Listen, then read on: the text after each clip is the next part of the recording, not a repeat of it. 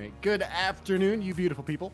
This is Baymax coming at you live with Style Esports on this beautiful Sunday night. And it is not just me on the play-by-play for you this evening. I'm going to be casting alongside the one, the only, Axman87. How you doing, Axman? Doing just fine, Baymax. What's up, guys? Axman87. And we are back at it with the Style Esports action tonight for you here. And on the docket for you is Space Lads and That Pressure in a best of 3. And we are already into the pro draft here, as you can see on your screen. Bands coming through already for the Space Lads. Udyr's being hovered for the time being. And Baymax, what do you think of the meta right now? What are we expecting tonight? Okay, well, we were talking a little bit about the jungle meta before we came live, and right now there's quite a few junglers that were good. After the changes to jungle experience, a lot of people thought that we might see ganking junglers reemerge, and we sort of have. There's some ganking junglers that are proving pretty strong at the moment. Picks like Rek'Sai come to mind, picks like Kha'Zix, even Olaf to a certain extent. But there's also plenty of farming junglers, or plenty of junglers that can do it both, sort of like Udyr, that are still very good as well. The Udyr so far hasn't been banned away, but definitely wouldn't be surprised to see that one taken off the table. He's the highest ban rate jungler in the game this patch as last patch, and maybe for many patches in a row. That being said, everything else is a little bit up in the air. It looks like for That Pressure, their jungler this game is going to be Awoken Phoenix, which I wasn't sure what to expect. And I actually don't see Awoken Phoenix on the roster. Oh no, there he is. Okay. He plays like Olaf, Jarvan, maybe something like that. Lilia. I think so. Yeah, that's some of the more early game junglers are what he likes to play anyway. That second band there on the blue side is a Riven band. It just didn't get locked in time, or it was bugged or something like that. But second band for the red side, going to be Seraphine coming through here. Yeah, I'm expecting some heavy priority on the jungle position. The experienced nerfs just kind of switched up how the jungle works more than really nerfing the role. So definitely still expecting big things from our junglers here tonight, but a little more power in the solo lane positions, I would say. But down the bottom lane, ADC is still having a pretty bad time. Some ADCs are having a pretty bad time. Seraphine is actually the highest win rate AD carry right now, depending on elo. I think we looked at Challenger, and Seraphine the highest win rate AD carry. So there are definitely some AD carries that are strong and still takeable and maybe worth just picking. I think Jhin, Miss Fortune still in relatively good spots. Senna actually quite strong. Senna, multiple forms: fasting Senna, farming Senna. Pretty much no matter which way you slice it, the Senna pick is almost always good. But if you're talking about first picks, something Space Lads might look to take priority right now, I would think maybe something along the lines of a Kha'Zix, maybe something along the lines of even a Garen for their top laner. Large Dong plays quite a bit of Darius. But we're seeing Samira locked in, so that is that 80 carry pressure. I don't know. How do you feel about the Samira first pick? So it's looking like Pro Draft is bugged, and we're going to be making a new Pro Draft here in just a little bit here. But what was your question, Baymax? What were you asking me? Oh, about the Samira pick. I don't know if they're sticking with the Samira here. Yeah. It sounds like they're not, which sounds good to me, because honestly, I don't think Samira is worth first picking anymore. Last patch, she was strong. She has since. There have been some changes since then. I believe Samira did get nerfed, and yeah, she did in patch 11.4. And aside from those nerfs, other AD carries are starting to rise in prominence. We saw some Jinx buffs come through. She's been a lot stronger since then. A little bit more base HP, actually doing quite well for her. We are seeing an Olaf and a Senna come in. So there's the Senna that I mentioned, and Olaf for That Pressure. I feel like Olaf is pretty much never in a bad spot. Definitely. And we got the new Pro Draft link sent up. I think they're like continuing with the old Pro Draft or something like that, but we got a new link here in front of us, and hopefully we can get that underway in just a little bit here. But so not okay, yeah. We've been told that the draft that we were watching is not the draft that was happening. So guess we could just throw everything we had so far out the window, and we can look towards a new pro draft, because I guess that one was bugged out, something horrible. So we're gonna get back at it here, and until then, we can talk about some of the picks we did see come through, because I don't know what was intentional, what was not. But I do think looking for Senna in first rotation is not necessarily a bad idea. And that is what that pressure did end up drafting for their AD carry. So I think Senna is a strong pick. Senna's a champion, like I said, very versatile. She's got a couple different play styles that are pretty good. You don't really know for sure if that Senna's going AD carry or support. You don't know if it's going fasting Senna, right? You could have your Senna be the carry, but take a support item and still get like a Tom Kench or a Nautilus or something really strong and tanky that just farms up the minions and gets fat and becomes hard to deal with. And the Senna still gets all that juicy gold and juicy range from the ghosts, from the souls that she stacks up. Definitely, we really like fasting Senna. It's a lot of fun. Always like to see it with Nautilus, because kind of live out your power fantasy there, being the giant Titan of the depths or whatever, getting all the big tank items, stuff like that. But most people tell you Nautilus isn't the best at fasting Senna, so it doesn't get to happen too often here. But we're underway with our new draft, and it should mirror the old one up to the second pick of blue side here. So everything much the same. We're seeing the Senna banned away instead of being picked this time, so I'm not sure what happened there, but pick that pressure. If that was something they were trying to pick, they're gonna have to pick something else, because ain't no Senna on the table anymore. The Nami coming through first pick for Space Lads is definitely a bit unorthodox, but not necessarily unexpected, because small E-Girl, the support for Space Lads, is actually a Nami main. I don't want to say one trick, not really a one trick, but in season 2020, most played champion Nami. In this season, 2021, most played champion Nami. You have to go back to season 9 to get a year when Nami wasn't most played champion, and Nami still cracks the top 5, even though Small actually looks like she played top lane that season. Still some Nami creeping its way up into the top 5. Even playing Nami up in the top lane. Wow. Well, I don't think it was top, to clarify. I don't think it was top lane Nami. I think it was top primary, support secondary. I pick Nami when I get support. That's what I think happened. But either way, absolutely nuts Nami main, just taking the top lane like it was nothing. They are going to be scared of this one. I know I am. These bubbles are about to be insane, but the Malzahar locked in here too. Blind for that mid lane pick. Lucian following it up. That's a weird first 3 picks, I'll go ahead and say. Normally you don't pick your mid laner and Lucian in the first rotation. Kind of gives away the whole flex. So it does give away the whole flex, but sometimes you don't need to get a flex. Sometimes you just want to get the comfort picks, you know. It can be worth more to get your players on champions that they feel good about than getting them on what technically is the most meta, right? Especially when you're talking about games that aren't really the most orthodox. So for example, this game, I don't think we've touched on it yet, but there is, I think, about a 70 elo difference in style esports between that pressure and Space Lads. So I think we would be doing our audience a disservice if we did not mention that. Space Lads are absolutely the underdogs coming into this game.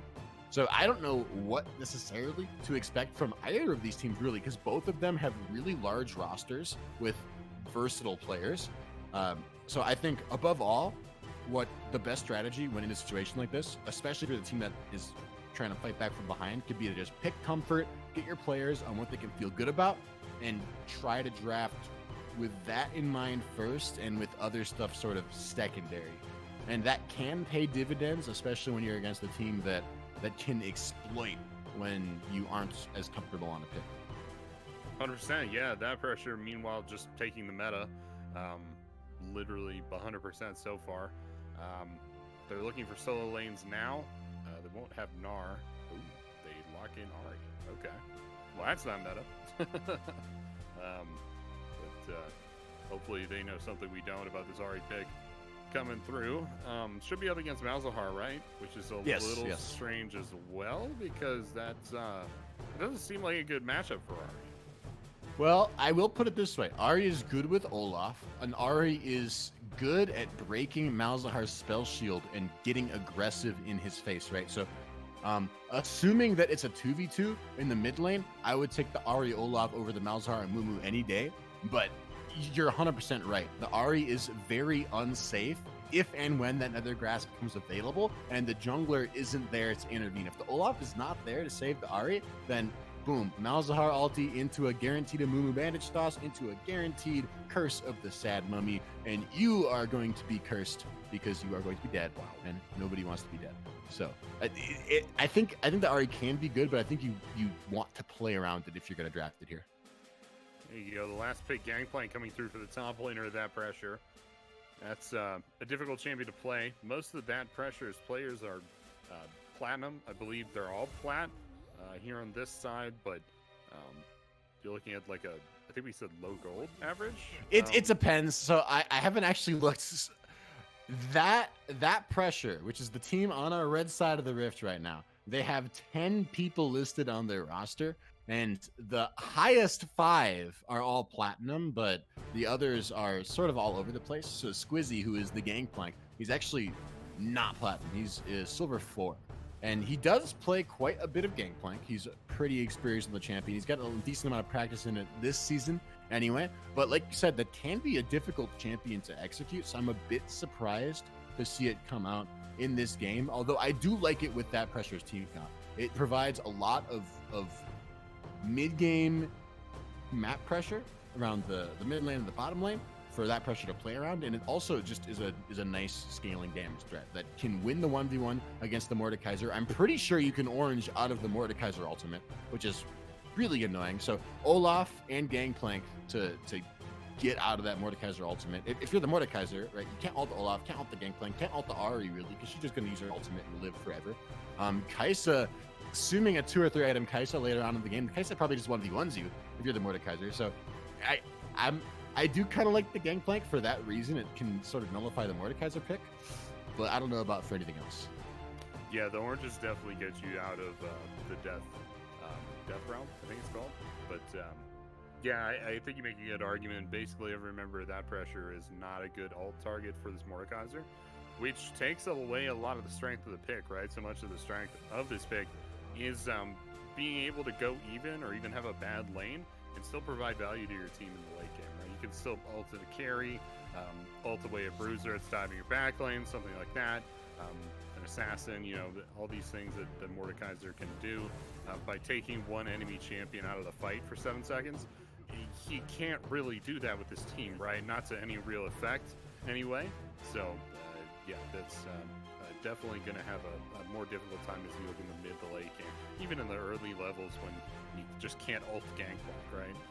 Basically, you just don't have an ultimate. So, I think looking at the rest of the Space Lads comp, it looks pretty good. I really like the Mumu pick here. You have a lot of damage in your lanes, so having that set up, the tank jungler, to kind of roam around and set up ganks for you is going to be very valuable to them. But yeah, that pressure just have a crazy team comp. These champions are extremely strong, right? Across the board.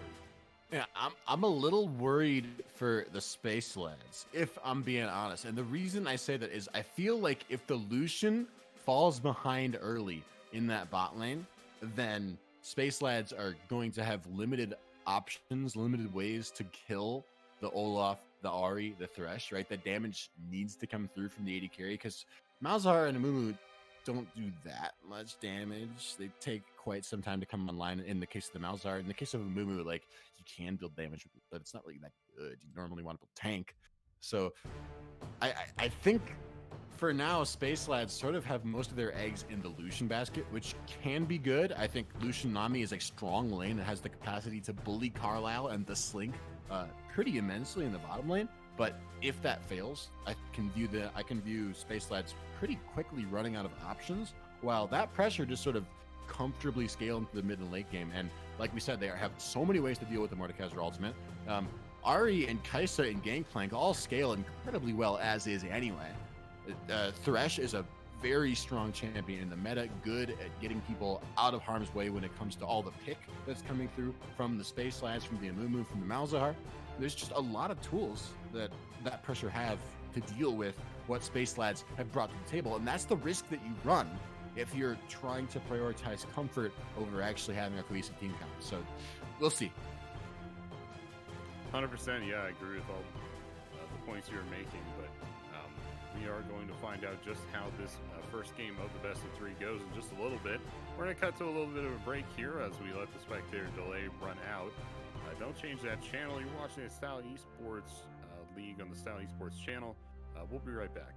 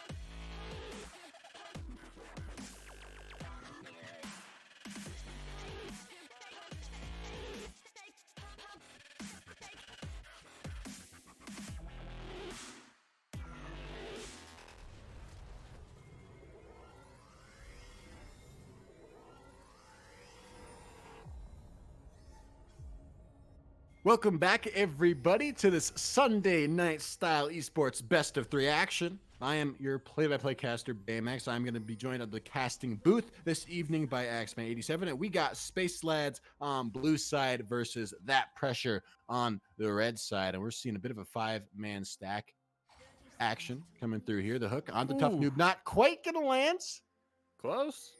It was close. It was close. Some missing pings coming out, and we are seeing a bit of an invade from That Pressure, just a little. Yeah, just a little bit of one there. They're going to back off for the time being with the hook miss there from the Slink. Maybe not missed as much as just like not having quite the range that they really wanted there. Tough Noob getting the jump on. Now Slink, he understands what's going on here. He doesn't like it. I like the discipline from That Pressure to realize that, hey, we got spotted out in the bottom side river. Well, let's walk up together to make sure that our jungler isn't getting invaded at his red, because that's exactly what would have happened, right? You don't want to face check that bush by yourself. And now both junglers sort of showing on some vision here. So both teams knowing where their prospective gankers are beginning their journeys onto Summoner's Rift. And let's take a step back as we move into the minute and 40-second mark and talk a little bit about the team compositions. Now, Axeman, I know you mentioned in draft that you like That Pressure's comp more. Why is that? There are just a lot like stronger champions here. Ones that I think are going to be able to carry That Pressure through this game. You talk about the champions like Olaf, champions like Thresh. These are very, very strong champions in the meta right now, and they're also not like incredibly difficult to execute. There's some nuance to champions for sure, especially with Thresh, but doing the things that make the champions very, very strong is not difficult. Like flaying away engages, not difficult, right? Just like landing the axes on jungle camps over and over and like speeding up your clear, not a difficult thing for Olaf players to do, but they're very strong nonetheless, right?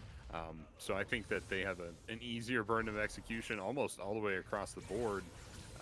And they also just have a lot stronger champions, and they have basically everything you can want. They have pick potential, disengage, lots of wave clear on this comp, strong power spikes. Oh, here we go. Blue bottom lane. Yikes. Dash forward from Tough Noob. Well, flash and heal out of Carlisle. He's going to die anyway. First blood picked up. All right. Well, that's Carlisle in the dirt. Was not expecting that, but this is probably the world's best Nami, so I guess we should have. She played it top. Well, we did talk about it, right? Like, come on. Nami Lucian is a lot of damage, right? You got to respect that. 317, 318. Yep. Where I'm just, for those who are watching, who just heard me start shouting numbers into the void, I'm making sure our time is synced up for our host who's asking some questions. So I thought you were losing your mind on me there for a second. Groove Shark taking a lot of the minion damage here. He's just trying to get some farm, but Squizzy has crashed that wave all the way into his turret. He's having a bit of a time trying to clear those minions. Both junglers get one scuttle apiece. To be honest, I think that was lenient of Death Boy. I think he probably could have gotten both of them, but we see he's counter jungling right now, taking the camps off of Death Boy here. Sorry, Woken Phoenix is counter jungling Death Boy. Got my junglers crossed there for a second. it happens. It happens. There's 10 players, a lot. Hard to keep them all. Hard to keep track of all of them. And now Woken Phoenix is going to walk over a ward. He's been spotted out. You see some danger pings coming out from Tough Noob and Small E-Girl as the Viking recalls on a ward. I want to take a step back and talk about what Space Lad's team composition has going for it, right? I talked in Champ Select. We already saw the first blood come out of bot lane, but Lucian Nami, incredibly strong lane. Really, really, really valuable early game damage spikes, right? Super good to play around that. Mid lane as well. I want to talk about the Malzahar and the Mumu, because this is so much setup between these two champions, right? Between the Nether Grasp from Haley and the Curse of the Sad Mummy from Death Boy. If there is a strong damage threat from Space Lads, which Tough Noob is off to a good start, there is a ton of capacity on this team to just roll mid-game team fights around the bottom half of the map and take every dragon, take bottom lane turret platings, mid lane turret platings, and sort of squeeze that pressure out of the bottom side of the map. But it's, in my mind, it's sort of all reliant on this bottom lane. Definitely, I would have to agree with that one. What I'll say about the Space Lads is that they have a lot of pick potential in their comp as well. You talked about the single target lockdown from Haley and Deathboy. You got to watch your positioning if you're almost any member of that pressure here, because they will lock you down very, very quickly. And then all that damage is going to be coming out of Tough Noob very early in the game too, right? Lots of early spikes, like you had mentioned. And now is the time for the Space Lads to be winning this game. They already got one kill down onto Carlisle, hoping for more pushing into this game, pushing further. Ooh. Look at the bottom side river, though. Yeah. Roams are coming down. Bubble onto Slink. He's almost dead as the fight's only begun. Awoken Phoenix coming from Tribush. Misses the axe. And now the teleport coming through as the collapse from Groove Shark, Haley, and Deathboy. It's a 5 versus 3 cannon barrage just for good measure, but it isn't saving anybody. Phoenix is first to die. Second is Slink, taken to the Death Realm. No Death Realm necessary, actually, just taken straight. He's a shortcut, right? Doesn't even need the ultimate. Just goes straight to the Death Realm. And now that's a 2 for nothing. 3 kills to 0. Space Lads, big moves on the map. Baymax, so you've been coaching this team. They look a lot better than they should. I don't know. That was an impressive collapse. I'm not gonna lie. That looked good. Although I will say, Awoken Phoenix was on that ward for a pretty long time. Like, Space Lads knew Phoenix was on the bottom side of the map for quite some time. I think he had Sweeper, just didn't end up using it, and that could have been the entire difference in that fight. Well, you're not expecting the vision, right? Oh, that's not good. Groove Shark walking back up in the lane. Charm mid lane. He takes Ignite to the Death Realm just to try to get that little bit of lifesteal from the HP sap, but Ignite just says, I'll take that kill. 1 kill finally traded back. That pressure get on the board. That's dangerous there from Deathboy. If he had landed that bandage toss, I think the Ahri might have been in trouble there. But doesn't land that as the dash comes out from the Ahri ultimate. And they are safe after the fight. But close there from Groove Shark. Almost was able to make it happen, but just not quite. I would have seemed to like I would have liked to have seen them take the reset and just walk to top from base. You don't really want to just like go from bot lane, just kind of right click on top lane, because that's a lot of contested ground you have to make your way through. And we saw there that they already took advantage of that situation. But he's got the Leeching Leer. He's up in the top lane now. Hopefully things start to look up for them. But man, Awoken Phoenix. I kind of doubt counter jungling. Yeah, Awoken Phoenix counter jungling, taking advantage of the fact that Groove Shark lost a lot for that teleport, and he got a kill. But take a look at the CS numbers top lane, 29 to 59. Squizzy is basically a perfect CS gangplank, which you don't want to see. He's up probably close to 2 levels on Groove Shark. At this point, he's got the cannon barrage, so he will always be a threat across the map, pretty much regardless of whether his teleport is up. But even taking that into account, he has the teleport advantage. And all of this is working together to empower Awoken Phoenix to just move into Deathboy's jungle and take basically anything and everything. And now, a little bit of a jungle skirmish might break out. Deathboy looks like he's thinking about bandage tossing the Olaf, but decides against it quite wisely. For sure here. Deathboy looking to sweep away some vision. Good look there from the jungler. Charm comes out. Haley takes a lot of damage there. You got to be careful as Ahri is starting to get very dangerous. Yeah, and I mentioned the CS gap that was forming top lane, but mid lane, a bit of a CS lead as well in favor of Ignite. Jeez. It's not quite as bad as it was. It's not quite as bad for Space Lads as the top lane gap, but there is a bit of a gap beginning to form, and this part of the game is really difficult for the Malzahar in the 1v1, right? You got to make something happen in the 2v2, which they're looking for right now. But Haley eats the charm before he has time to get the Nether Grasp off. No. That's already a 1 for nothing, and Deathboy missing the bandage toss. He's down 3 levels to this Ahri. And Ignite My Holes is not afraid at all. He's got Awoken at his backside. Even in the 1v1, I think could have been just fine. A free kill donated over to that pressure. Yep, it's just a good play there from the Ahri to get that kill down. A little unfortunate for Haley. Deathboy's going in. He's got his bot lane here. Tough Noob and Small have rotated up. Flash is burned out of Phoenix, but it's not enough. Ignite, no mana, no Spirit Rush. Gonna go down a second kill over onto Tough Noob, and kills traded back. That's just easy money there for Tough Noob. He makes it look so easy. There's 203 now, 5 KP on the Rift right now. It's 100%, folks. Doesn't get much better than that, but Now they're looking for the Rift Herald off of that play. Small E-Girl joining I don't think the it gets Rift any Herald better than that, actually. attempt. Yeah, no, I don't think it does. I don't see how it could. Um, so that is quite literally the best possible KP. But man, these guys are making some good rotations. Support up for the Rift Herald. That's some pro level stuff. What's going on? Support up for the Rift Herald. Mid lane as well.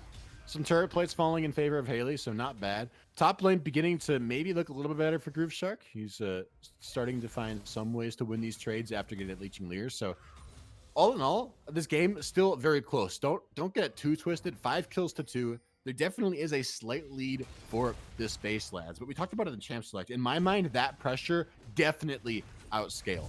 And so if they make it into the mid game, sort of even on gold, if they can mitigate the amount of damage done from this Herald, if they can slow or halt the taking of some of these dragons, that'll be huge for them. And Haley has got to be constantly afraid mid lane of this Ahri, who can pretty much constantly look to just hop on him and kill him. Look, and Phoenix procs their jungle item here, level or at 11 minutes, level 7. Oh, Haley. Yikes. Yeah, that's a lot of damage taken there. I'd almost like to see some MR come out of Haley, I think. I just can't take trades like that. I'm going to make some assumptions right now, and hopefully, maybe Chad can tell me if I'm right or wrong. I'm going to guess that the HX name is pronounced Haley, and I'm going to guess that it's a girl, and I am going to use she, her pronouns. Okay. And I will also do the same thing for the Nami, the small E-girl, but we'll take a step back from that. Herald getting dropped bot lane, Cannon Barrage to slow the roll a little bit, and Awoken Phoenix is sort of hanging around, but Shelly is going to get her charge off, knock that turret down very, very low, just as Dragon spawns onto the Rift here. Good stuff. Second Dragon of the game. First one was picked up by Space Lads. See if they can get another one here. I don't think they have the map pressure, but... Ooh, Death Boy in a bit of a dangerous spot. His bot lane's not quite close by to support him. They're looking for that first turret, but they might be way too far forward. Okay. They're going forward. They're trying to find Slink. They already killed Carlisle. No time to flash or heal. Tidal Wave coming out, but Slink is pretty far away. Meanwhile, on the other side of the fight, Ignite and Phoenix are finding death. They're burning into cinders over here. That's 4 more kills? 3 more kills anyway. 2 more kills. Well, 2 more kills, a first turret, and probably a dragon getting picked up for Space Lads. And I really like the attitude there from One Tough Noob and Small E-Girl. No way out but forward. No way we're going back down our lane. We're going forward through your turret, chasing you all the way down the length of your lane to get the kill down to Carlisle immediately after that turret goes down with the ultimate. Great look there. I love the aggression. It's exactly the way you need to be playing Lucian at this stage of the game, right? I'm just going to fight my way out of this situation. That's what he does here. Doesn't end up getting all 4 kills, just the 2 of them, as you had mentioned previously, but I can't believe Death Boy didn't die.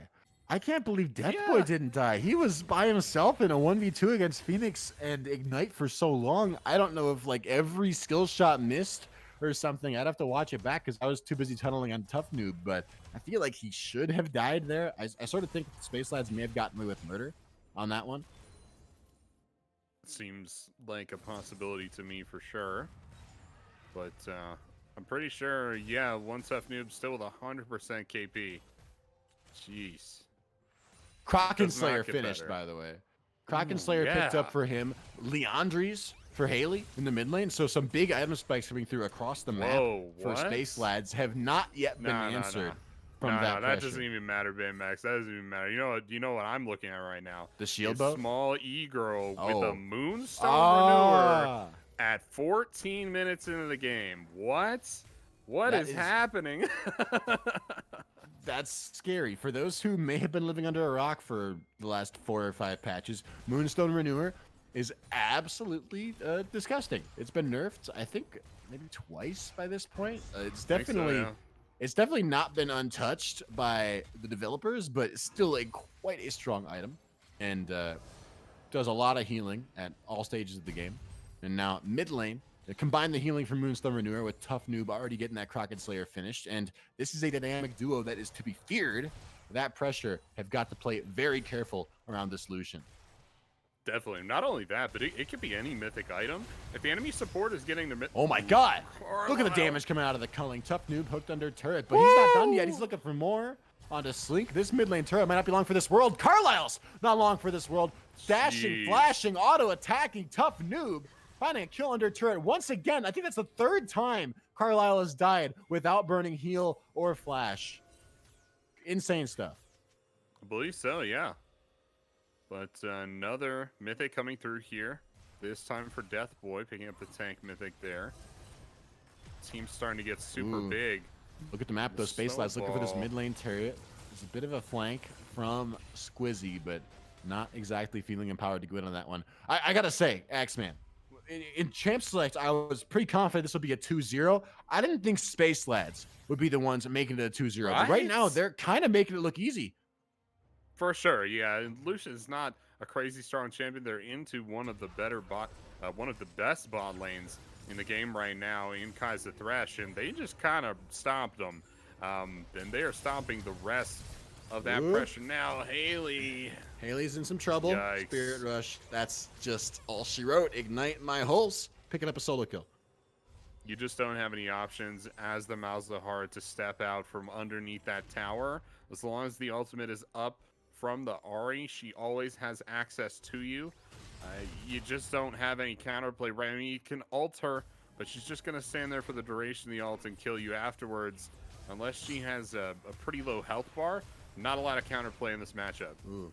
I do like the macro play from Space Lads, though. Seeing the Ahri on the bottom side of the map punishing by taking away this Rift Herald, even getting a free cannon barrage out of Squizzy just for good measure, really started to open up the map and not taking no for an answer, right? Not just accepting the fact that Haley got solo killed on the bottom lane. Sure, Haley died, the bottom side of the map. What can we get for that? Ignite is the strongest member of that pressure, and he just showed bot lane with Herald on the Rift. That means Herald is ours, and Space Lads swoop in, take the Herald. They're making moves top lane as well. Squizzy better watch himself. Keep in mind a lot of the value that... Oh, boy. Oh, Herald's already been dropped. Deathboy flashing forward with a bandage toss, forcing a flash at a turret, but the curse of the sad mummy not going to be cleansed out of. Shut down onto Groove Shark, and Shelly, just for good measure, going to put 1 or 2 good hits into this turret. Definitely. Might even get a second charge off as Rift Herald is still plenty healthy, and there's no one to hit it. So at 300 health. No one to hit it. No one nearby. Look where the rest of that pressure is so far away. Look, maybe to trade mid lane turret away, but is it worth trading mid lane outer for top lane inner? I don't know if it is. Ignite says we don't got to make the trade. Flash forward with a charm under turret, but there's a pretty tanky front line for Space Lads standing in the way. Top lane turret still going to go down despite Ahri's best efforts to the contrary, but mid lane at least getting traded back, and Dragon now in the sights of that pressure. Ignite kind of padding the damage numbers there a little bit. Not really any... Oh, the sweeper into the bush. Charm onto Tough Noob, but Moonstone Renewer. You can't one-shot a fed Lucian through a Moonstone Renewer now. It's Ignite who made the mistake. Tidal Wave just to put the cherry on top of that one. Unstoppable. 5-0 on Lucian. First, the Cloud Drakes goes down to that pressure on the other end of the map, but that's a pretty big shutdown, like you had mentioned, on Lucian, who maintains their 100% kill participation at 10 now. This is nuts. Not sure who this guy is, but he's playing pretty well. We'll go ahead and say that. Dragon who is this man? Who is this man? Is that Huni? I don't know. Is it Huni? Is it double lift? I don't know who it is. Good news for that pressure, though. Like you mentioned, they did get a Cloud Dragon, so that's something of a consolation prize. And also good news for that pressure is it can be a detriment to have so much gold on one player, right? Tough Noob is basically the only one on Space Lads who is really to be feared, which means if he does get shut down by the pick that TP have, and they do have a lot of pick between the Death Sentence and the Charm from Ignite, if any of that stuff lands, Tough Noob can quickly die. Keep in mind, a Lucian with no cleanse, one mistake, he's in trouble. Now Haley's in trouble on the bottom side of the map. Ignite coming out from Ignite. Ignite from Ignite, that's going to get wonky. No kill, though. And that was something I wanted to bring up as well as the Ignite on the Ahri here. Ooh, no, Carlisle, not again! No! Oh my god! That was just a culling. I'm pretty sure that was literally only the culling. Now Tough Noob, though, face checking into a bush. But who's face checking? Who's Squizzy? Like Chunked so low, so fast. Ragnarok out of Phoenix, but he's melting. Who's melting first? Tough Noob. Shut down. Smalley Girl in the way. Axe is going to find another kill onto that one. 2 shutdown kills onto that pressure. Ooh. They aren't done yet. Death Boy bandage Yikes. toss onto Squizzy, but Slink caught under turret with the Death Realm, dragging Groove Shark to take as much damage from that objective as he possibly can. And 2 for 2 across the rifts, but TP picking up some shutdown kills. Yeah, good stuff there. And I don't think Ignite is done yet. No, she's done. Maybe looking for an engage there, but doesn't have the ult up, so not really enough, not enough mobility to go for that play. But Ignite has Ignite, right? No teleport on this mid laner means that they had a lot more kill pressure in lane, and they made good use of it. But now they can't really sit in those side lanes like an Ahri might want to, with all that wave clear, and really scale up, get all the minions down, and continue rejoining fights on the objectives, right? If you had teleport, that might be a little bit more useful to you, but as it stands, you kind of just got to get there the old-fashioned way. But once she gets there, she has this tool that can allow her to limit healing on champions. It's going to help her with Lucian, help her with the Mordekaisers they push into the later parts of this game, and also just give her more kill potential there too. Wait, are you talking? Wait, who's got the reduced healing? Who is that? I was saying you could reduce the healing on the Lucian. Who? Wait, what? I'm confused. Who does Ignite. that? Oh, the Ignite. Oh, you're talking about the Ignite. Okay, I was thinking I didn't understand part of Ahri's skills. Like, wait, there's a charm applying grievous wounds. I got Yes. you now. I got you now. Okay, understood. Yeah, and actually, when we're taking a look at the goal between these teams, it might feel like the game is not that close because it's 12-5 in kills, but the gold is only about 1,500 apart. And like we mentioned, that entire lead was on Tough Noob. Tough Noob just got shut down. He is mortal. He can die, and there's really good pick from that pressure to look to find this 80 carry. And I think, as we get later into the game, that pressure's team comp is only going to get better and better at doing what it does, which is controlling area and scaling, right? Getting this Kai'Sa into late game, getting this Gangplank into late game, who Squizzy is getting pretty big. He's at 180 CS. He's close to his second item. Like, these cannon barrages are going to start hurting really, really bad. And that pressure are, I think, actually in a pretty good spot considering everything that's happened so far. And Death Boy feeling aggressive, roaming into the jungle here. Next dragon is spawning in the near future. And I'm not sure if Immortal Shield Bow is the build on Gangplank. I think it might be, but I haven't seen enough of it to actually know. I know there's a couple LCS players playing Gangplank. I think it's just like Niles, maybe a couple others, but I haven't actually looked at those. Death Boy looking for an engage. A flash curse this enemy onto 1. I don't know if that's a cool one you want to burn onto only Slink, but Death Boy does know. Calling onto the back line. Looking for the rundown. Haley gonna find a kill in a Phoenix. Traded back to the Death Boy, bouncing all over the rift. Diving straight into the back line goes Squizzy, but Tough Noob through it all, staying alive, untouched. About 2/3 of his HP. That's more than you need. 3 kills to 2. It wasn't clean. It was a bit sloppy, but Space Lads come out on top, and they are gonna find themselves a 3rd dragon of the game. Yeah, the engage was, it left something to be desired, but it did its job, right? They got in. They stunned up Slink, and they got Slink in the ground in a very short amount of time. Looking Phoenix immediately going in with the ultimate to get onto the back line. Was able to deal a bunch of damage to one Tough Noob before eventually going down there after he had gotten a lot of members of Space Lads on pretty low health. But a lot of them were able to heal up after damaging the Olaf, and from the heal coming out of Tough Noob, the heals from Small Eagle there too. Able to get back into a healthy position and rejoin the fight there. And I believe they got the kill on the Squizzy as well at the end of that fight. And then Groove Shark killed Carlisle as well, I think.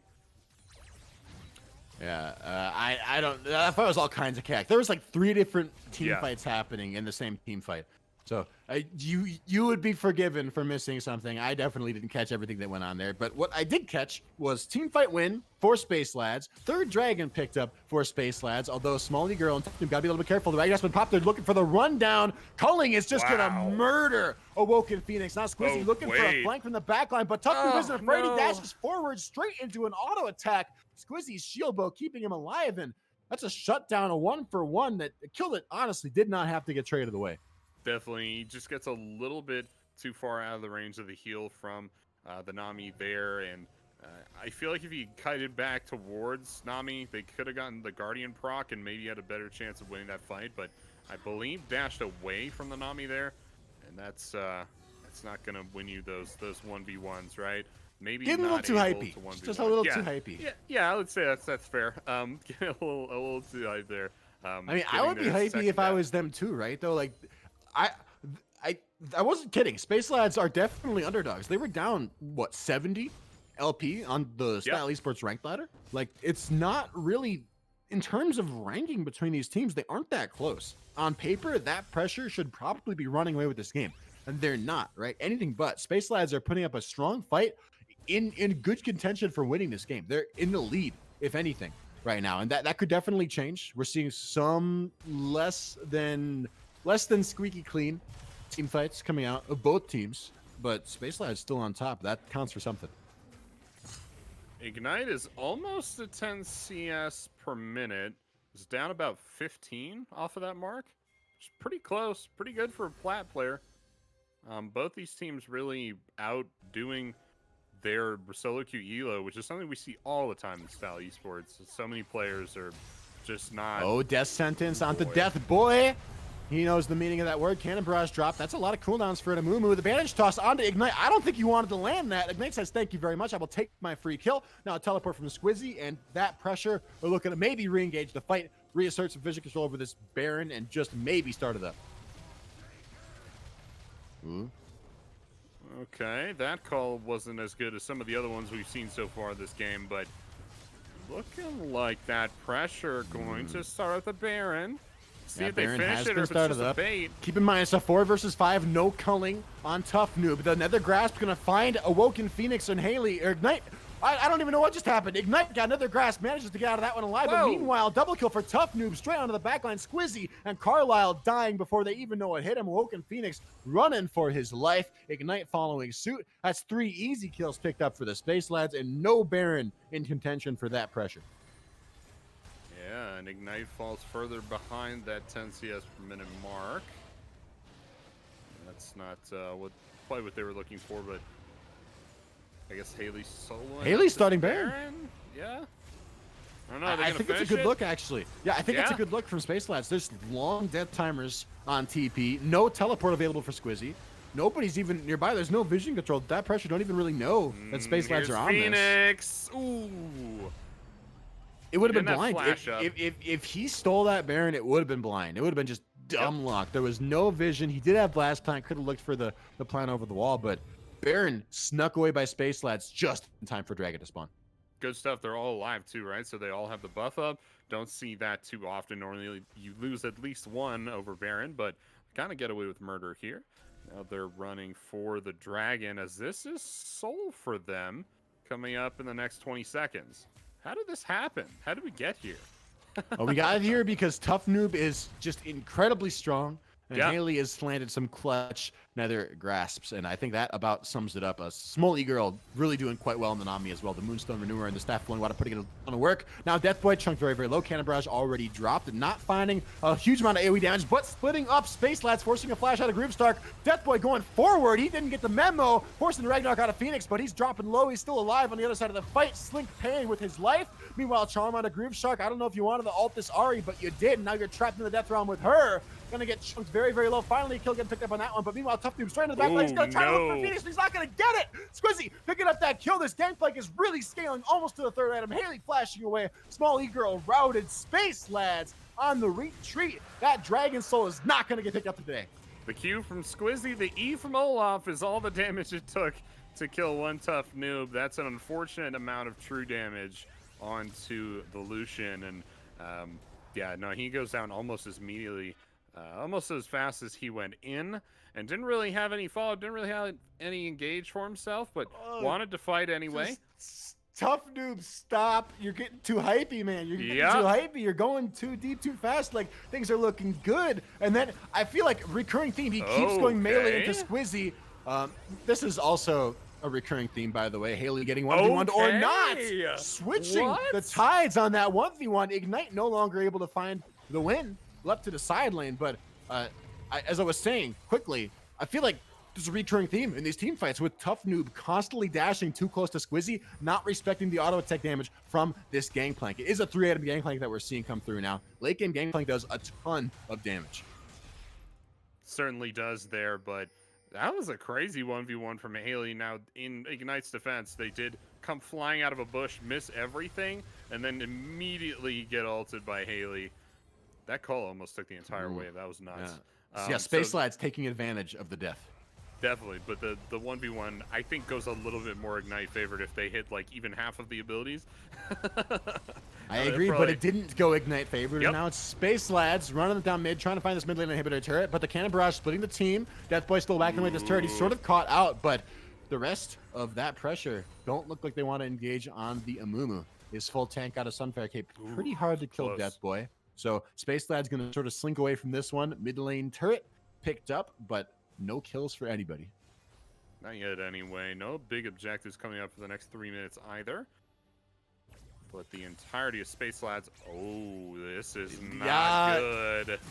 That's just a kill. There's not much to say about that one. Yep. Can't be there. You can't be there, man. Your team saw, like, you were saying it. All of Space Lads basically were spotted out in that vision ward. But Ignite My Holes just is not caring. Yeah, I guess. Check out the vision on this side of the jungle, the blue vision there.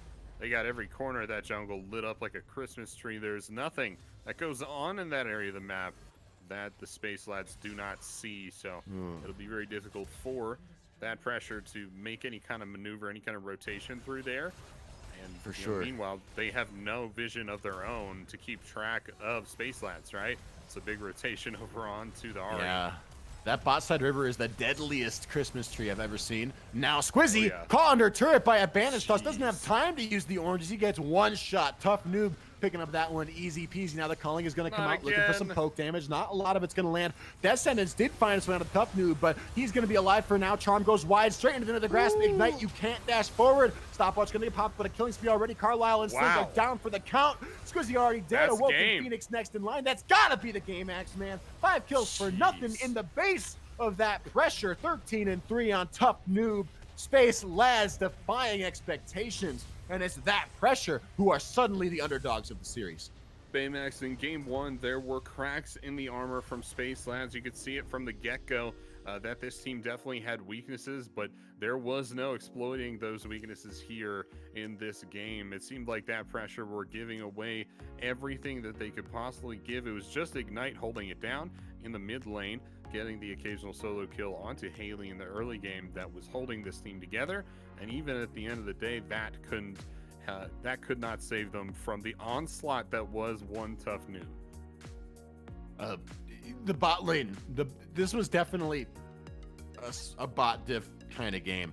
And I'm not to throw shade at Carlisle, because Lucian Nami is a very tough lane to play into, and Tough Noob and Small E-Girl played it very, very well. But in my mind, if you're that pressure, you gotta find a way to deal with this, right? You either take the Lucian away, or you draft a bot lane that has more presence early. You know, you were mentioning it in Champ Select, or maybe not Champ Select, before the game even to me. Thresh is quite good in the meta right now. Good against a lot of those dive supports, right? Good against the Rel, good against even things like the Alistar or the Nautilus. A lot of dive champions that are good right now. Nami does not fit that bill. Right, Thresh, unless you're landing some pretty crazy death sentences, you're gonna have a hard time touching the Nami, and it's really hard to land a death sentence onto a Lucian. And unless those cooldowns are hitting, unless you're finding that crowd control, Tough Noob and Small E-Girl are gonna run you over. That lane is so much damage. The Nami Lucian, it was ridiculously good for Space Lads. It was so much power in the early game, so much burst damage there, and it all came together in a massive snowball that the Space Lads were able to take all the way to the enemy nexus. But that was one heck of a game 1. I am looking forward to the remainder of this series. I know that pressure has to change something up if they're going to make it to game 3, but I'm looking forward to it, Baymax. I'm looking forward to it too, and it won't be a long break. We'll get to see the action. We'll be jumping right in about 5 to 6 more minutes. Don't go anywhere. We're gonna go to a cut break. We're gonna cut to a short break. Excuse me. After that, game 2 of Space Lads versus That Pressure.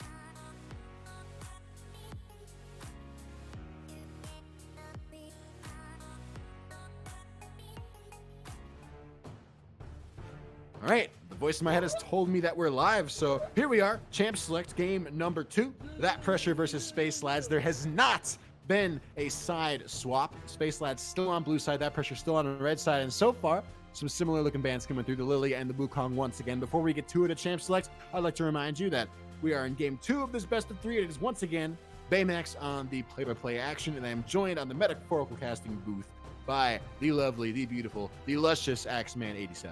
What's up, guys? Axeman87 coming to you live from the Theater of the Mind, where I and Baymax will now deliver to you the Esports cast.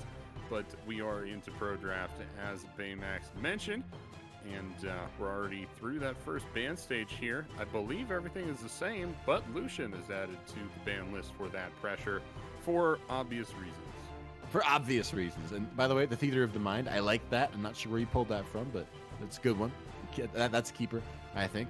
You're right. Lucian banned away from Space Lads, which I think was definitely not a bad idea, considering the Lucian basically solo carried the entire first game for Space Lads. The Nami did look quite good for Small E-Girl, and keep in mind, that was actually first picked last time around for Space Lads. They have the option to do that again if they want to. That is a comfort pick for Small E-Girl, but the Seraphine left open instead. That was the ban that was taken away in game 1 that has been given up in favor of the Lucian ban. And instantly the first pick for Space Lads, very little hesitation, we got a Seraphine.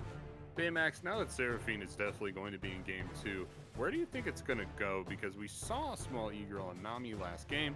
Seraphine much the same headspace as the Nami, but Seraphine also a competent bot laner, a competent mid laner.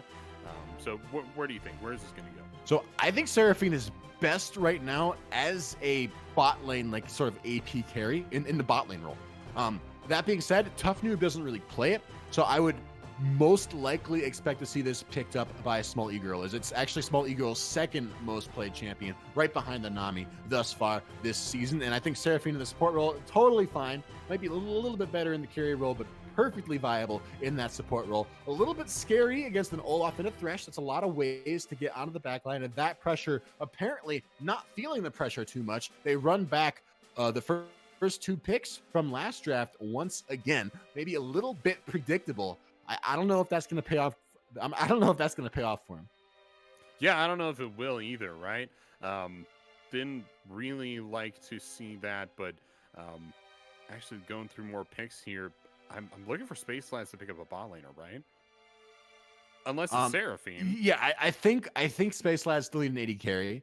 That being said, with the Lucian off the table, there's a pretty good chance that we might see something a little bit different come out. We might see like a Jhin come out for the AD carry role. I'm not really sure what Tough Noob might look to play, because he really doesn't play that much AD carry. He plays a lot of mid lane jungle. I'm seeing his match history. The Sejuani going to come through. Wait, let me just process what I just said. A Sejuani just got locked in. Yep. Oh yeah. I haven't seen a Sejuani in a long time. We're about to find out today, Baymax. We are going to find out today. That Pressure with the Nico mid lock-in. At least that's what I would assume it would be, but I don't know anything anymore, Baymax. That's what I have learned here tonight. I'm pretty sure Olaf is jungle. That's all I know. Literally it. Okay, well, let's talk about the Sejuani pick then, because I also would say I am pretty confident. I am high levels of confident that Sejuani is a jungle, is in fact a jungle Sejuani, which is weird because Sejuani as a champion definitely does not have very high priority in the meta right now, and is not that good against Olaf, right? Very reliant on crowd control versus Olaf, who can pop that Ragnarok and just run you down like no one's business. You need damage to deal with an Olaf. So right now, I am really liking That Pressure's team comp. That being said, Space Lads have yet to pick their AD carry, have yet to pick their top laner, and they have a pretty good amount of damage from that mid lane Malzahar. So you don't necessarily have to bring it in from the jungle, but I want to see some aggressive picks coming out from Space Lads. I need to see ways to kill this Olaf. And honestly, I don't think that means a Jhin. I don't really know what that dude plays in the bot lane, but I'm thinking get a Sivir.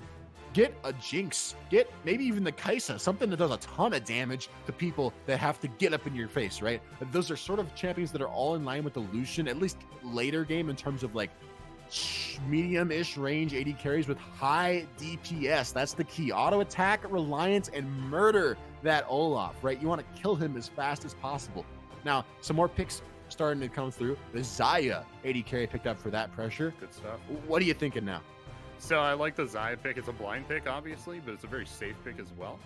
Probably one of the safer picks in the game right now, especially when you talk about the few assassins that are actually meta right now. So things like your Kai'Sas, and that's it. That's the only assassin that's meta right now, but it's the only one that matters too, right?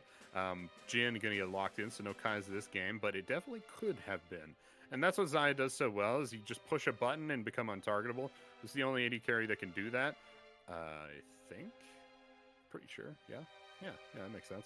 Only AD carry that can do that, and really the only counter to Kai'Sa just kind of teleporting behind you is going untargetable, flying up in the air. So I like the Xayah blind pick. It's going to be going to Jhin, and it's going to have a pretty good time into Jhin, I would think, especially with Thresh. It's going to be a pretty safe lane for them. Looking for... Well, Jhin Seraphine is scary. I don't know, man.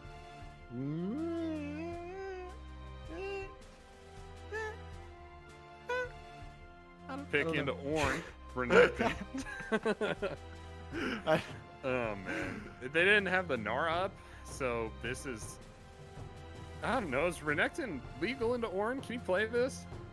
Okay, I am a really big fan of Space Lad's team comp. I don't know about the Renekton.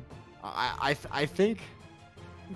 think the biggest weak link for Space Lads is not a lot of consistent DPS to burn down that Olaf. So I think if that pressure get ahead, if Phoenix gets ahead on the Olaf, then Space Lads are going to have a hard time dealing with it. But aside from that, I'm pretty sure Space Lads drafted a team that has priority bot lane, has priority mid lane, and goes roughly even in the top lane with a jungler that has a ton of supportive options for that mid lane and the bot lane. So I like the Ornn. I think it's a solid weak side pick, right? Because if I'm looking at Space Labs team comp, I'm thinking you got a Seraphine and a Jhin and a Malzahar. You 100% want to play on the bottom half of the map. All of those champions have a ton of setup, have good follow-up engage, or have crazy strong team fighting in that early to mid game. And the Ornn, nice weak side champion, relatively safe in the blind pick, and it was answered by the Renekton. So we'll have to see how that top lane matchup does go for that pressure. But I'm actually excited for Space Lads. In game one, I didn't like their comp, and they executed on it anyway.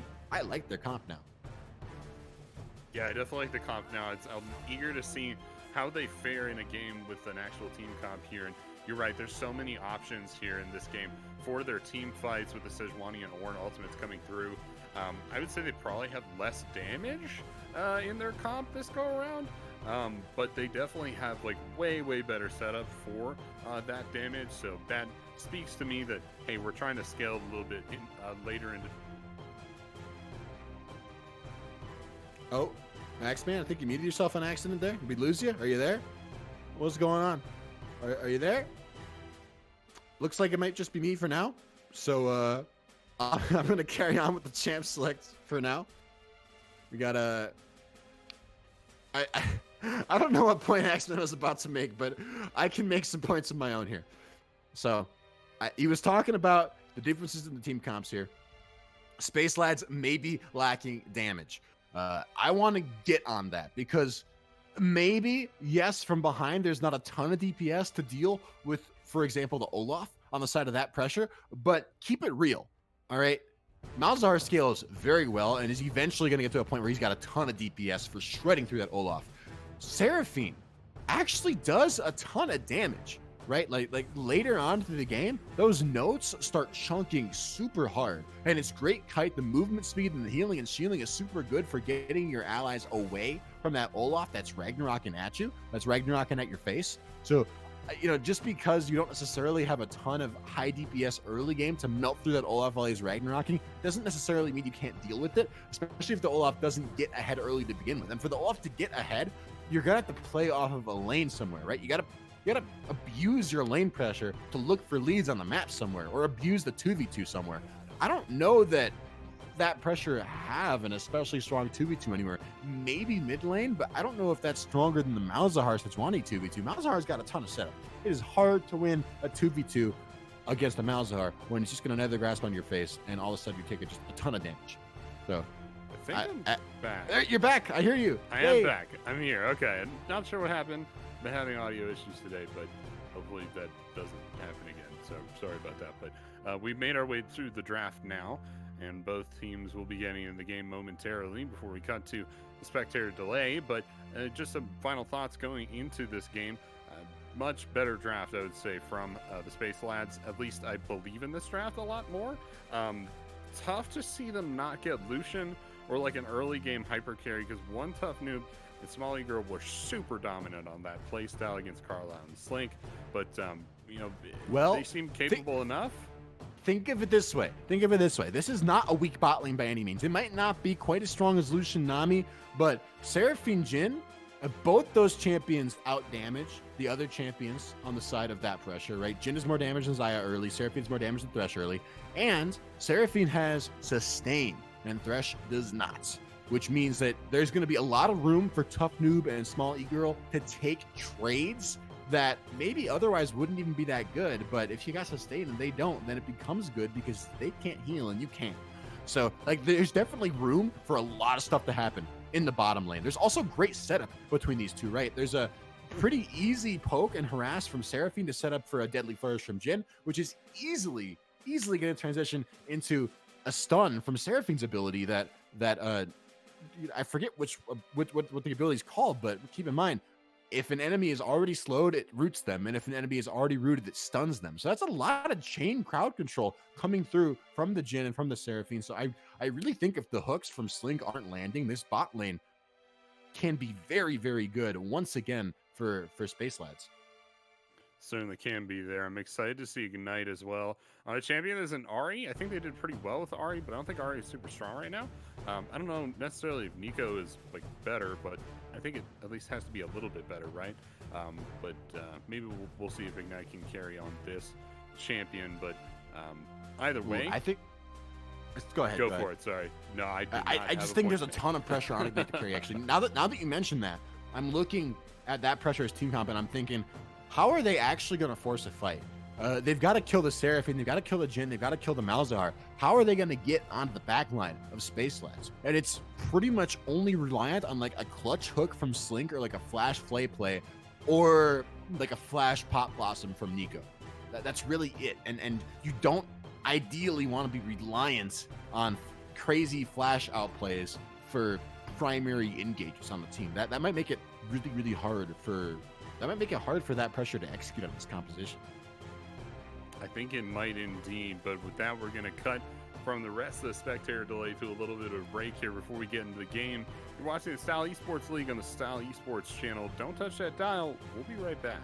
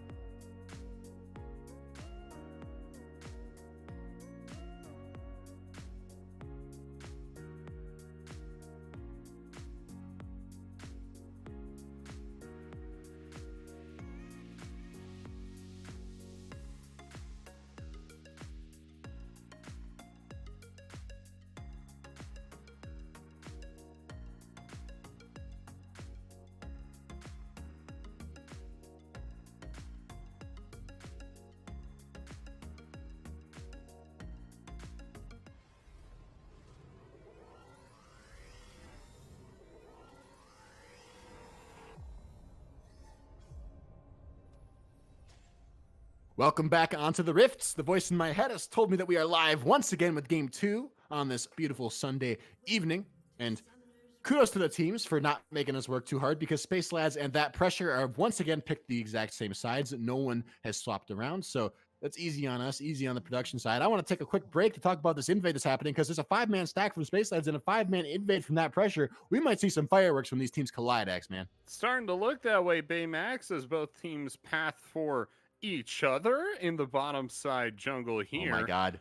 Wait, And here Squizzy's it peeling comes, off. folks. Slink is about to face check right into 5. This could be really bad news for That Pressure. He's going to instantly get blown up. First blood Yikes. already onto Haley. And the flash over the wall forced out of Carlisle. Ignite My Holes running the way as well. Going to get a pretty nice exploding blooming burst there. But at the end of the day, that's still a bead going over for Space Lads. Awoken Phoenix as well, taking some turret No shots. way. That's going to be a very delayed start. The only good news, of course, being that Olaf actually clears faster with low HP. So might be okay on the Olaf pick.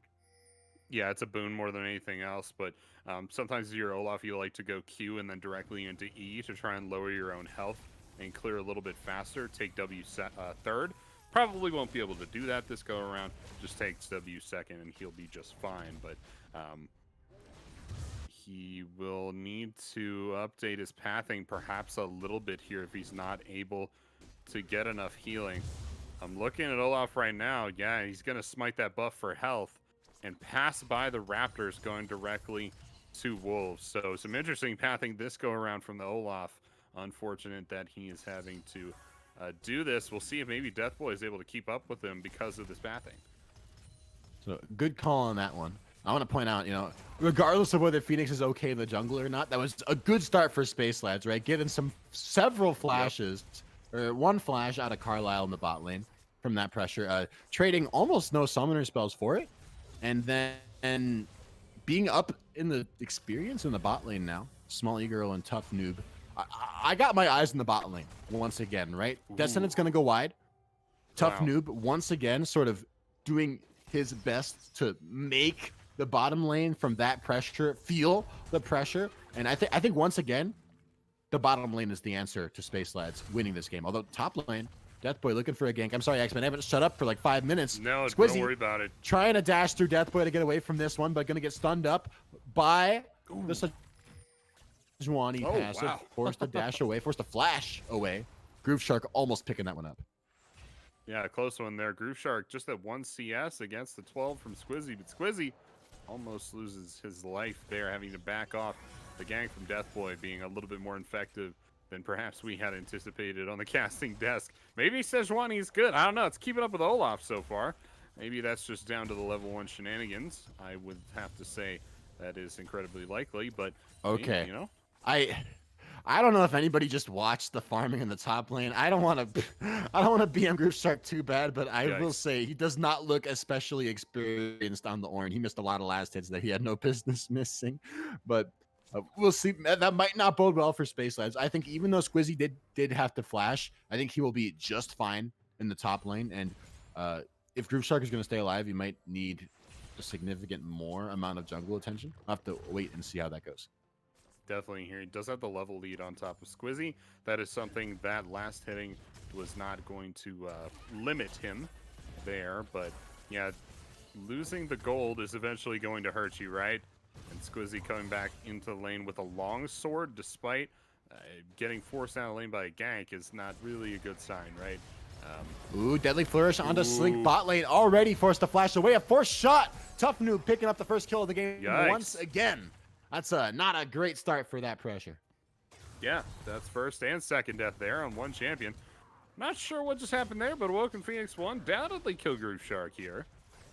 Yeah, he's going There it down, goes. but nice moves, money moves on the map. Awoken Phoenix doing what he can to trade something on the top side of the map, get some back for his team. So at least some signs of life from That Pressure, but still down 2-1 at the start of the game.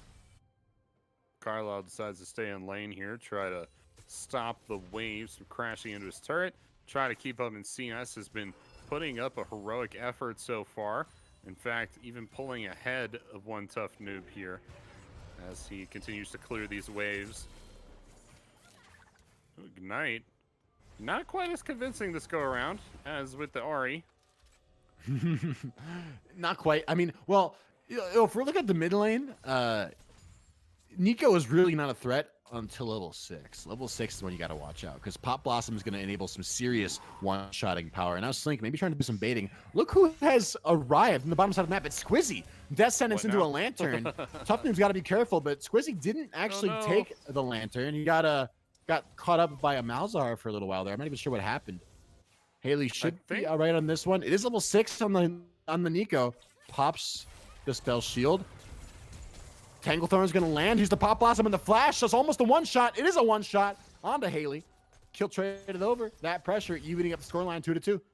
Wait a second. The empowered auto attack busts your spell shield? That feels bad. Any auto attack. Any auto attack busts your spell shield. Really? Take damage.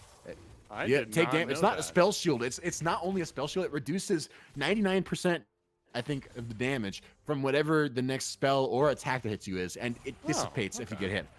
Huh. So anyway. Well, we never see Malzahar, so. A heroic dragon steal attempt from Deathboy, but not going to quite land. And now a teleport from Awoken Phoenix. He spends so much time on the bottom side of the map. He doesn't lose too much for it, although he does actually lose 2 turret plates, and he's down pretty significantly in experience. So, yeah. Although still up in CS, Groove Shark struggling to last hit these minions, even with no enemy laner. Yep. Put Squizzy up here now. Can they fight? Groove Shark's about to find out. Come on, charge him. I think Groove Shark can kill the heck out of this. I think so, I'm not gonna lie. He's got the just ult one-shot him. Why are you dashing away? Kill him, man! You got level 6 advantage. Oh yeah. God. I'm tilted. That slice, you drop ult as Orin, and if he doesn't dice away immediately, he's dead. Of damage, man. Orin does a ton of damage. Orin hurts. He hurts so bad. But he is playing it hyper safe here. He did just build a Bramble Vest, so that's going to make him a lot harder to kill in the 1v1. And Squizzy did hit level 6, which makes it, of course, a lot harder to one-shot him. Got a bunch of bonus HP. Chilling, sitting back. Relaxing, all cool. Here comes a reset for Squizzy. He's currently backing with 630 gold. Ooh. Maybe coming back so in the lane. Keep in mind, Squizzy, no teleport. Herald is spawning onto the Rift. This could be an opportunity, potentially, for Space Lads to look to take away the big purple Shelly.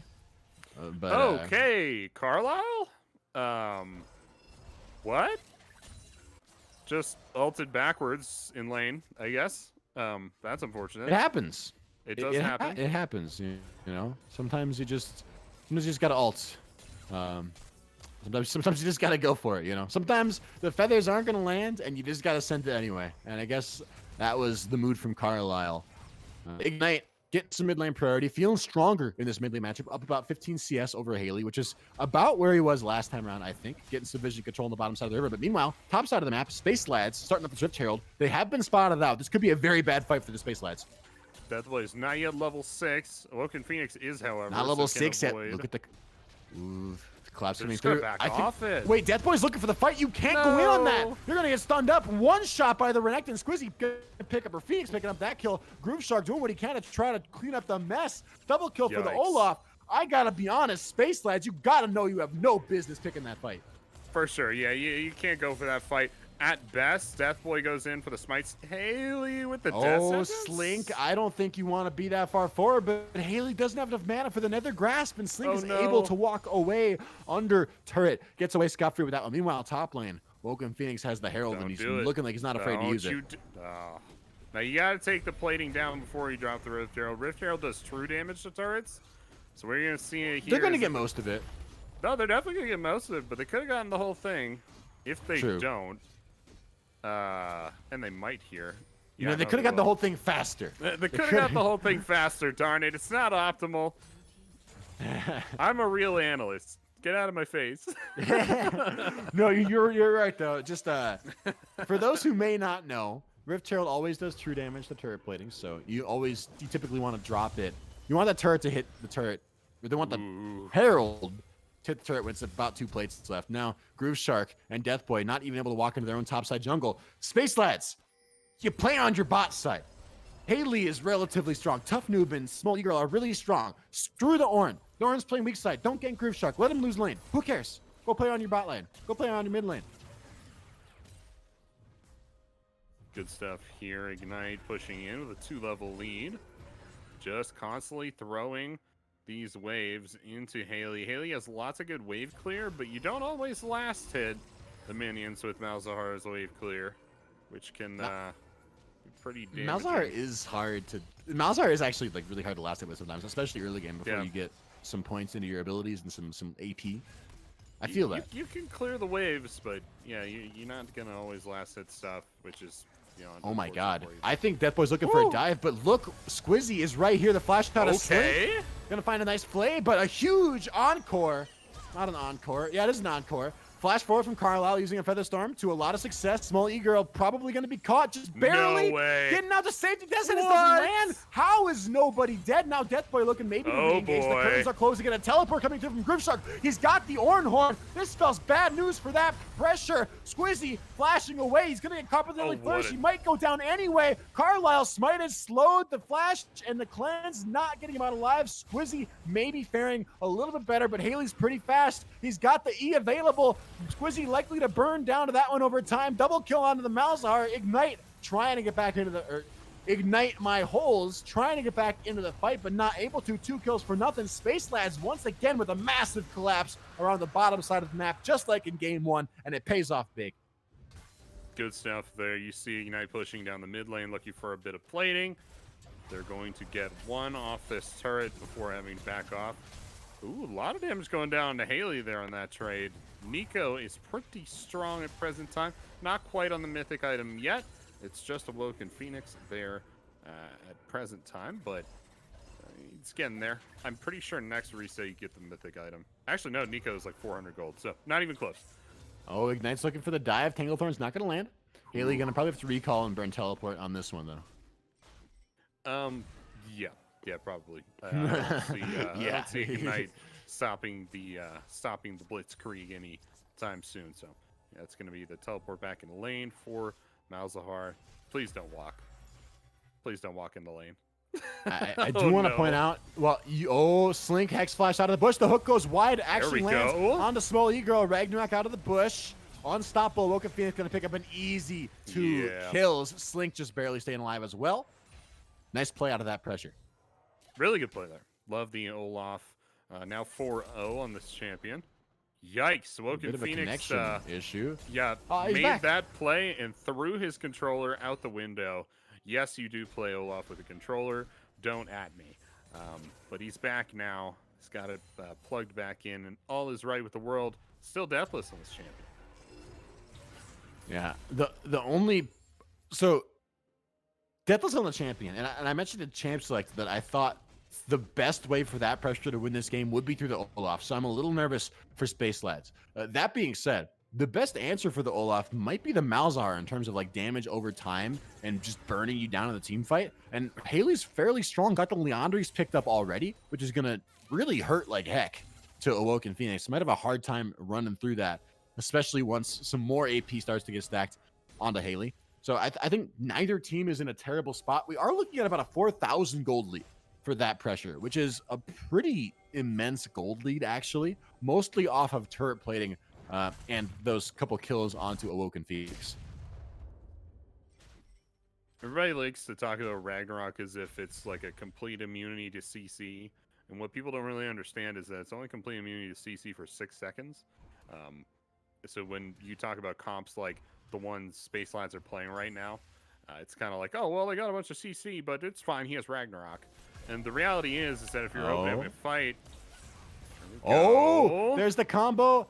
No ultimate on Deathboy. Are you kidding me? Why not? Ignite my holes, getting the curtain closed on him. Deathboy over the wall. He was saving it for the opportune moment, but it hit only Awoken Phoenix. Ragnarok get him out to safety, and Encore might spell doom for Ignite, but gonna pop Blossom his way on out of that one. Now Awoken Phoenix has had the Ragnarok run out. Haley on the other side of the fight looking to be the flank between Space Lads and that pressure. But so far, it looks like the fight may have ended 1-0 in favor of that pressure.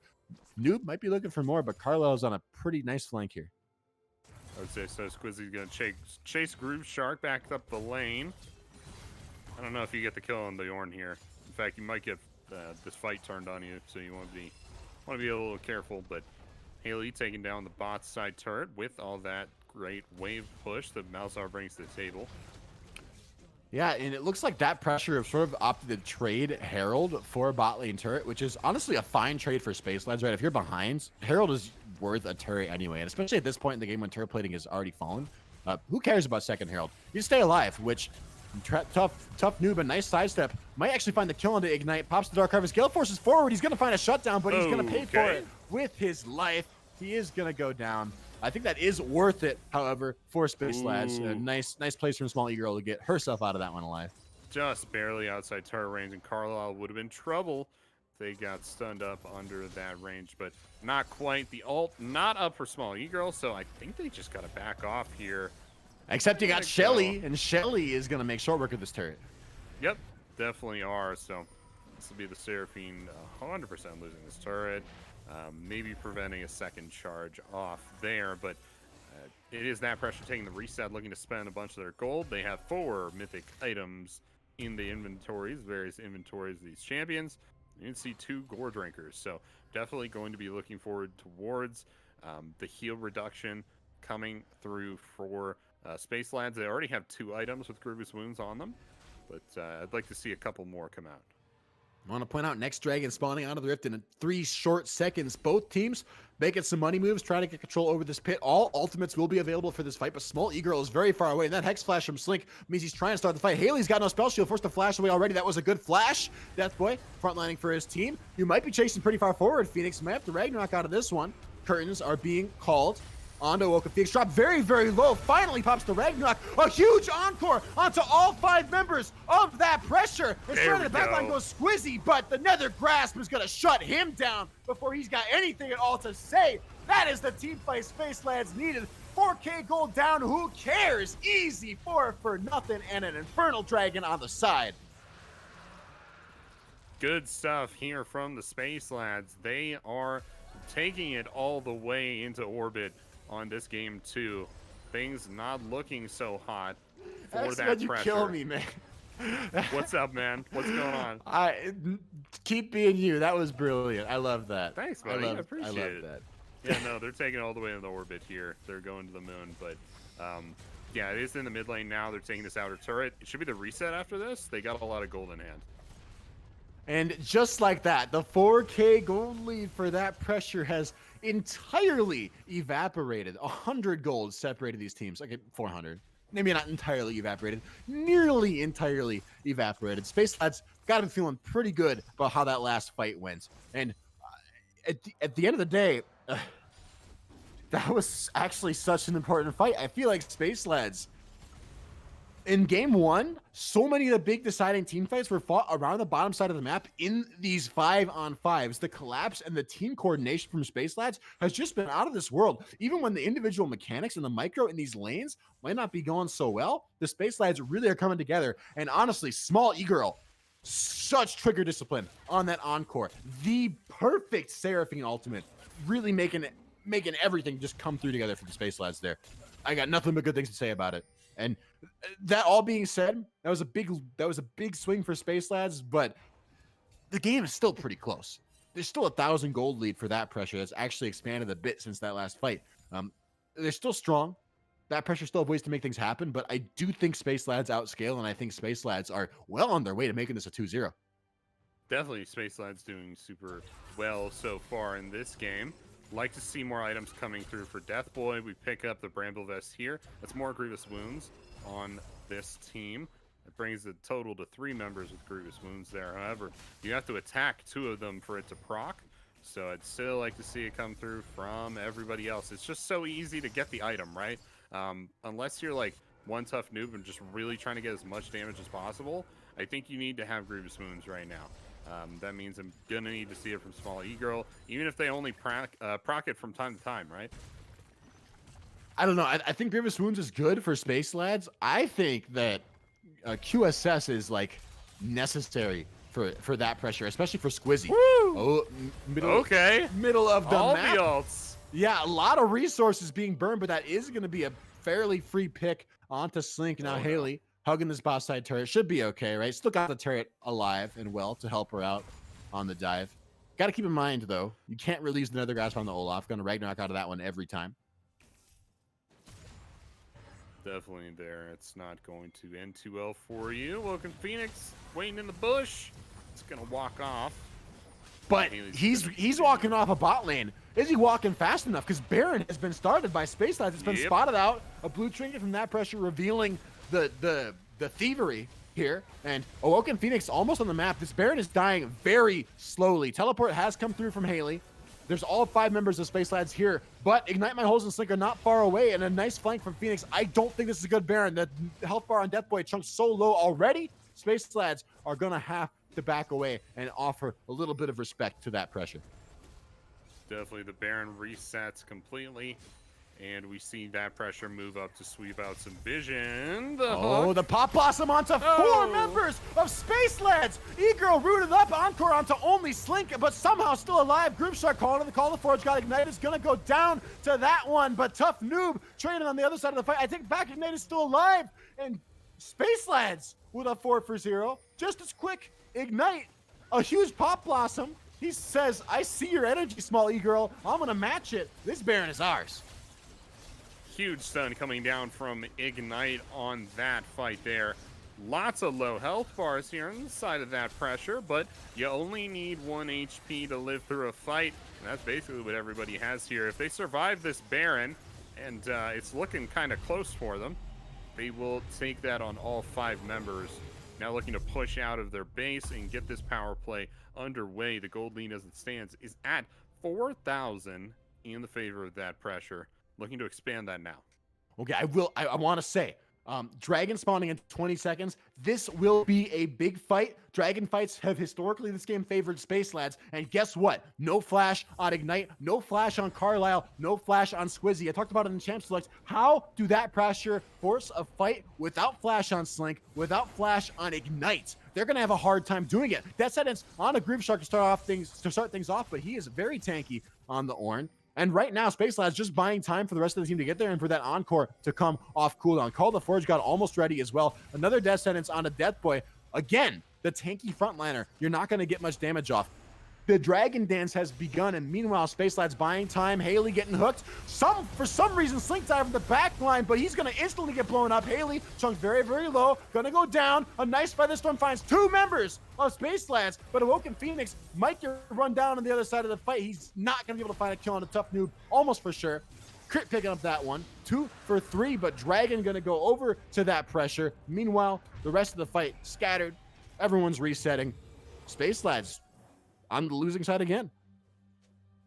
They are here. They're now down almost 5k gold lead as that gold lead continues to expand. Now both teams are at 2 dragons apiece. And I gotta tell you, Baymax, Space Lads have looked better in this series. It's starting to look like that pressure are coming back and maybe going for a reverse sweep here. We'll have to see as game 2 continues. Ignite is pushing down the bot lane. They're gonna knock down that turret, the outer turret down there. And that is all the outer turrets for the blue side down now. One Tough Noob looking to come over, pick up this red buff as the wave is pushed in top lane by Squizzy. Everybody has a mythic item now. We see Locket of the Iron Solari in the inventory of the Slink. Surprised to see Leandris or Seraphine. I figured they would go Moonstone, but I'm not like 100% up.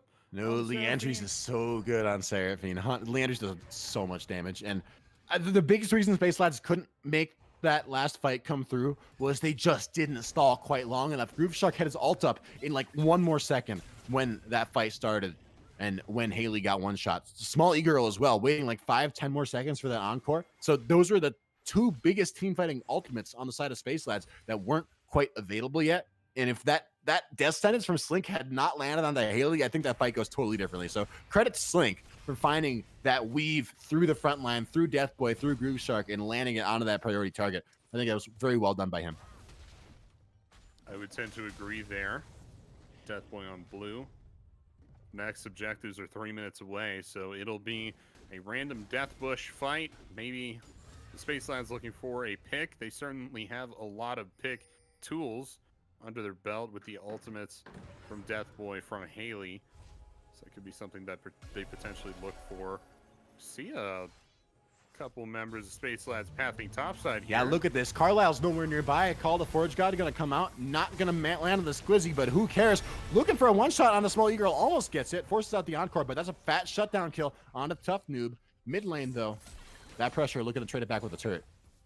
For sure. They might not get this as they just run out of minions.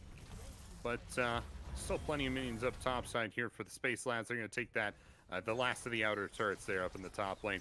The wave has been found now for that pressure. And they're taking this mid-inner turret. Will they continue on to the for the inhib turret? Nope. They're going to back off for the time being. 2 minutes until the next objective.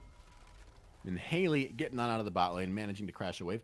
Worth pointing out is that pressure are losing minions top and bot lane that are dying to their turrets basically for free here. So all in all, gold gap swing there probably in favor of the Space Lads because not only do they get that shutdown kill, but they got a few more minions dying to turrets to that pressure. So not bad for Space Lads. A bit of shutdown on the Tough Noob. Did burn the Encore for it, right? So that is a pretty long cooldown. Small E-Girl not going to have that one up for quite some time. If that pressure can force a fight while those big ultimate cooldowns are down, they can definitely win. And it looks like that might be what they're going to do because Space Lads are playing pretty aggressively right now. I don't think they can play this aggressive. I don't know if they can either. They do still have the ultimate. Oh, here we go. They do still have the ultimate for Death Boy for Haley up there too. It's just the Call of Forge God and then Small E-Girls there. Hugely important team fight ultimates for this team, but they still have a couple tools up their sleeve. I wanted to talk briefly about, Grievous Wounds was picked up by Small E-Girl. They have the full completed Morello, which is pretty good for them here. There shouldn't be too much by the way of healing going on over for that pressure, but dragging up in a minute now, 45 seconds on Baron. Oh, Haley's in trouble. Might have to flash over that wall. The Blast Clamp hopping the spell shield. That was an oops. Well played by Slink. Yeah, it happens to the best of us there, but did have the flash to get over the wall and was almost certainly dead if they did not have that. Oh, look, it's Awoken Phoenix. I'm almost wondering if Haley should have just died and not burned the flash. Because Haley would have been alive again in time to teleport to the dragon. Flash is such a big team fighting cooldown to have available. Now a Descendants on a Death Boy, but Slink not having the courage of his convictions there to engage in that tank. And with good reason. That is a very, very fat Sejuani. Now, Space Lads trying to clear some vision. The Q forward. Ignite My Holes using the Pop Blossom. Only going to find the tank, but that's all you need sometimes. Flash away from the Deadly Flourish. The Encore not going to land on anyone. And suddenly Space Lads looking like they're in a bad spot to fight this out, but they might try anyway. Into a choke point go that pressure. A little bit separated. Slink forced to walk all the way around into the bottom lane. Caught by a Deadly Flourish. Might find himself in trouble. The rest of that pressure just on the dragon. They don't care about their support. They're looking for the objective. And kills traded 1 for 1, but here comes the Ornhorn. Gonna go wide and not hit anyone. That was such a big deal. Ignite. Getting some poke damage with the Tangle Thorns. Here come the curtains. Might force the Ragnarok out of Awoken. Keep in mind, Nethergrass still available for Haley. Doesn't have the flash. Imagine if he had it, could force out Ignite, but instead forced to use it on the Olaf, who turns around, runs at the team, jumped very low, but the damage isn't quite there to finish him off. 1 kill, 2 kills. Awoken Phoenix finally dies, but he won the fight for his team. Tough Noob trying to run away. Kiting Squizzy as best he can. A force shot with a tremendous amount of damage is going to save the day for Space Lads. Make it a 3 for 3, but still, now mid lane, fight's not over yet. Carlisle getting flashed on by Death Boy, but rooted up in the Feather Storm. Meanwhile, on the other side of the fight, Ignite My Holes has to Pop Blossom up again and uses it to find the shutdown onto Tough Noob. It was a 3 for 3, now it's a 5 for 3. That pressure winning out on the fight, getting their 3rd dragon of the game. They are close to a dragon son. Well, it's 50-50. You're shooting the real one or the clone, and unfortunately, Tough Noob shot the clone. I don't know if they could have one-shot Ignite necessarily, but it definitely would have helped them out in that fight. The Pop Blossom comes through and just deletes the Jhin there. Unfortunate. But that 4th shot on Squizzy, mother of God. How much damage is that? Like 700 or something? Oh, so probably much more. Probably more. This is a 3.5 item. I mean, it's collector. It could have been 7,000 damage, right? Sure. There's a lot of damage on the shit. He's got 4 items. Now the collapse coming through on a Squizzy. Once again, where have I seen this movie before? Whoops. Maybe I haven't seen this movie before because Squizzy is going to be able to get himself to safety on that one. No ultimate from Death Boy to keep him locked down this time around. But better watch yourself, Crocodile, because you only get so many get out of jail free cards. Certainly that pressure on Dragon Soul Point. Yeah, I don't think you want this hook slink. Ooh, a teleport coming out of Haley. I think Space Lads are trying to force a fight over this Baron. They got all 5 members arriving onto the rift. Keep in mind, not a lot of vision control in the area from that pressure. They could be face checking if they walk up to this Baron. They don't have to face check. They have vision on Baron with that Scuttle Crab. They don't need to walk in, but they might do it anyway. They might here. Looking for the vision now. Slink is sweeping it out. And there's a lot of vision to sweep. Mid lane priority going over. Mid lane priority going over to the Space Lads, but that pressure have started up the Baron. And now Space Lads, who are the ones face checking Slink in a that's Nico in the flank position looking for the 5-man Pop Blossom. You can't get that put an encore by so much time, and it's Ignite who dies first. Squizzy is next in line. I think Space Lads are winning this fight. Carlisle is so low on the back, but for now Phoenix is untouched. Someone's got to kill this Olaf. Someone somewhere shut down on the Carlisle. Phoenix getting kited out 4 for 3. It was the Pop Blossom of a century, but it wasn't even enough. Space Lads from 6,000 go behind, find a way to win the fight. Yeah, Baymax. What do you happen?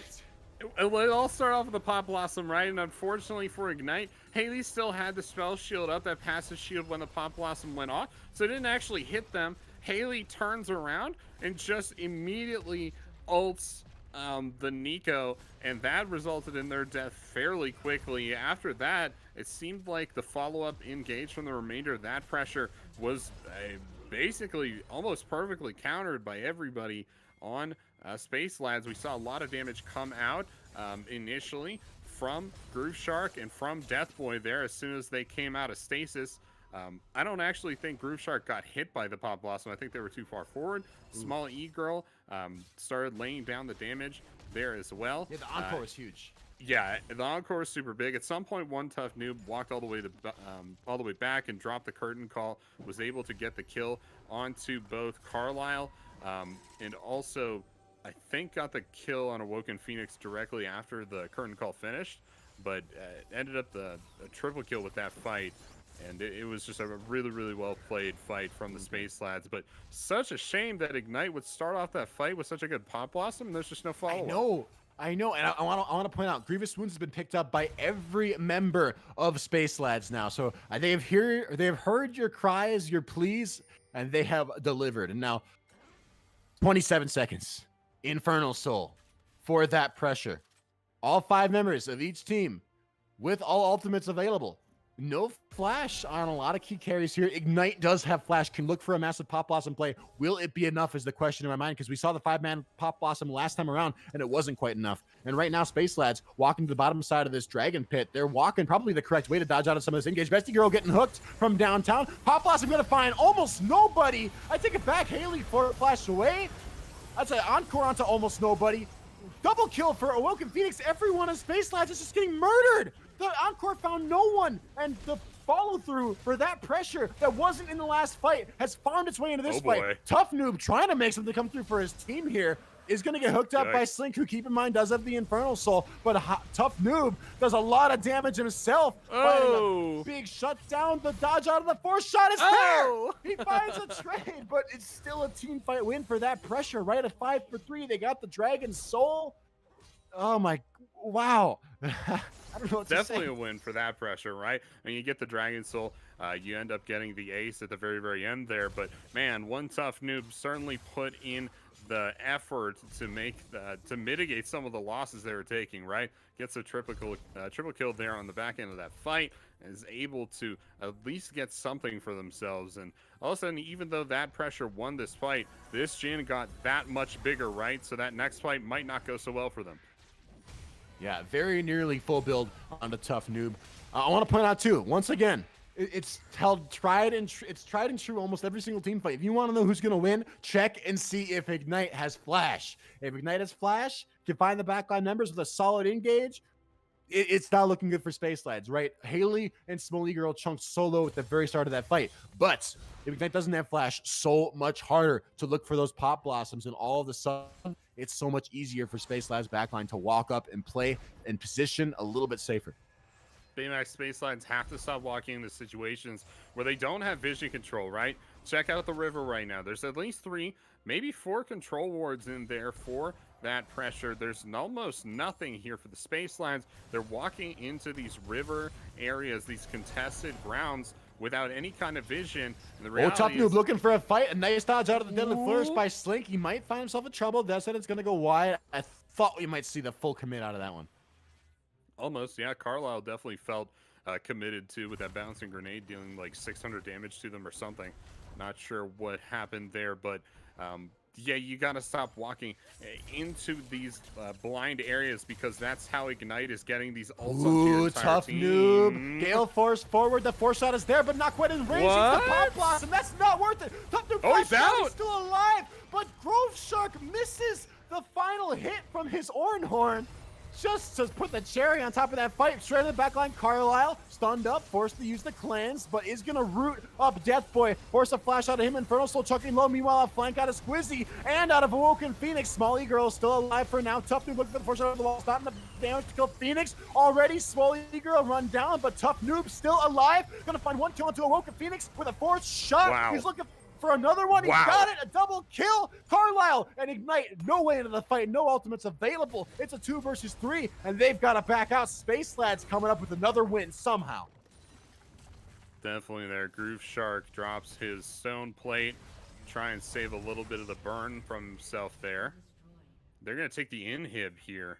That's going to help them out, help them stay alive a little bit longer in this game. They're still down about 4,000 gold.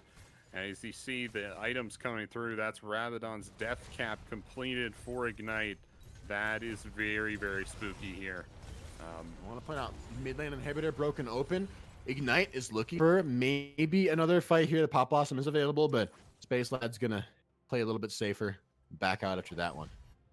My heart is racing right now, X-Man. This game is so close. Infernals has been picked up by that pressure, but honestly, it doesn't even matter. Right? This is all about picks. It's all about someone getting caught out, and Infernal Soul helps with that, sure, but at this point, we're at late game. Both these teams don't have enough damage. They don't need an Infernal Soul, right? If the key cooldowns land, if the Pop Blossom is there, if the Encore is there, or the Nether Grasp is there, like, it doesn't matter. If you get caught, you're going to get caught regardless, and it might come down to the Elder Dragon or the Baron, but it doesn't look like it's going to come down to an Infernal Soul. It just doesn't matter that much.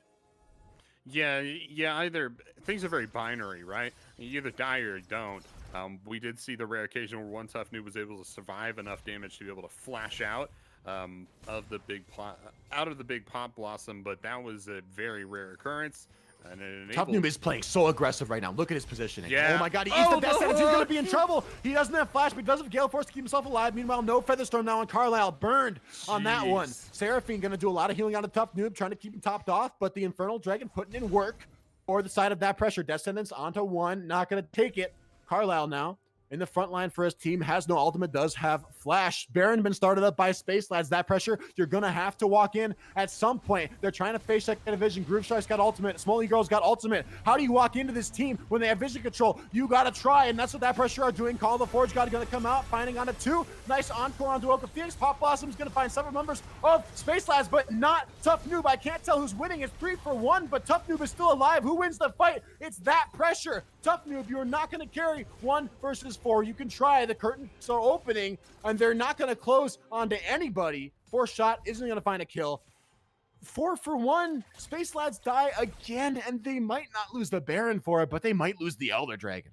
One Tough Noob with the positioning was just way too far back. Was almost trying to Wait, run Tough Noob, what are you doing? Use the heal for the movement speed, but he might find the kill on his Squizzy. Okay. He might be the hero his team needs. He could save the game for his team right here. He might deny that pressure from getting Baron or Elder Dragon. He found a kill on the Squizzy. That's the 50-second death timer. 50 seconds. Elder's up in 22. Baron's alive on the map right now. As soon as Space Lads are alive, they can make moves for these objectives.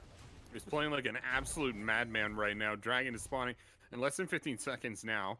This is the Elder, and we see One Tough Noob passing forward now. He reveals everything with the Scryer's Bloom. Teleport coming through out of Haley and out of Groove Shark. This is the double team from Space Lads. They want to force the fight 5v4. Squizzy is dead for 23 seconds. Elder Dragon is alive on the Rift. Ignite My Holes has Pop Blossom and Flash. Keep an eye on this Nico. That is not a Thresh. That is a Nico. You gotta stay alive, Tough Noob. He's very, very fast on the Jhin. On the flank, Ignite is the one forced to flash away. Can't use it aggressively. Call the Forge God onto only Slick. Groove Shark straight onto the back line. A lot of DPS coming out of Haley there.